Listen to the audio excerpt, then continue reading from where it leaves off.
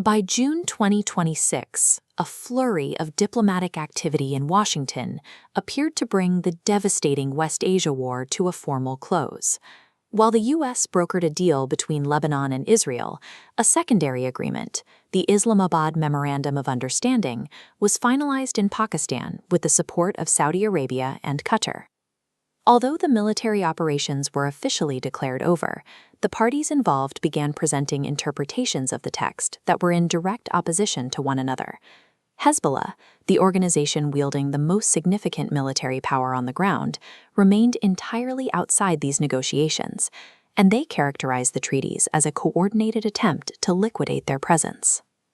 Because these frameworks were finalized while the militias remained fully armed and active, the formal peace in Washington exists in a separate reality from the situation on the border.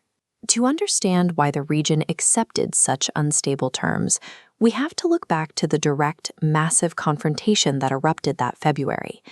U.S. and Israeli forces carried out a series of high-level strikes, including the targeted killing of Iran's supreme leader, Ali Khamenei.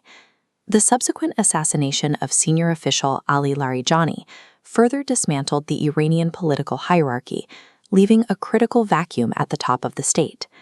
In an unprecedented display of rapid destruction, American forces utilized precision strikes to hit thousands of enemy targets in just a few weeks. The Pentagon reinforced these strikes by deploying the 82nd Airborne Division as a rapid response force, establishing a significant U.S. ground presence in the theater. By the end of the campaign, over 9,000 military targets had been destroyed, effectively paralyzing the Iranian military's ability to coordinate a counteroffensive. This level of destruction, combined with the collapse of the Iranian leadership, created a sense of desperation that forced neighboring capitals to intervene before the entire regional order dissolved. The conflict rapidly expanded as Israeli forces pushed deep into southern Lebanon, seizing territory up to the Litani River to establish a new security buffer.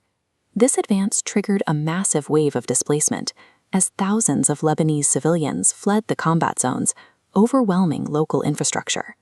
The war then reached into Iraq, with missile and drone strikes occurring near the U.S. consulate in Erbil and other facilities hosting foreign personnel. In western Anbar, a U.S. strike killed 15 people at a Popular Mobilization Forces headquarters, including a senior commander, during a strategic meeting. With the war spreading across these independent fronts, Pakistan, Saudi Arabia, and Qatar stepped in to coordinate a multi-channel diplomatic exit. This is a map of the Persian Gulf, showing the narrow Strait of Hormuz. The Islamabad Memorandum focused specifically on this area, aiming to end the U.S. naval blockade that had paralyzed maritime traffic through this bottleneck. Because the fighting involved so many different actors and nations, no single treaty was sufficient, leading to a piecemeal strategy that left significant regional issues unaddressed.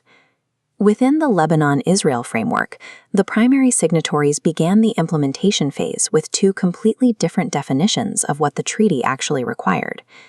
Israel's government maintains that their military withdrawal is strictly conditional. It will only happen if Hezbollah is fully and verifiably disarmed. Lebanon, however, interprets the agreement as an immediate path to ending the Israeli occupation and restoring state control over its borders. With both sides signing the deal while expecting the other to abandon their core objective, the agreement is structurally compromised from the start. The core of the issue is a fundamental legal asymmetry in the language of the framework regarding who must act first. Lebanon is held to specific, measurable requirements.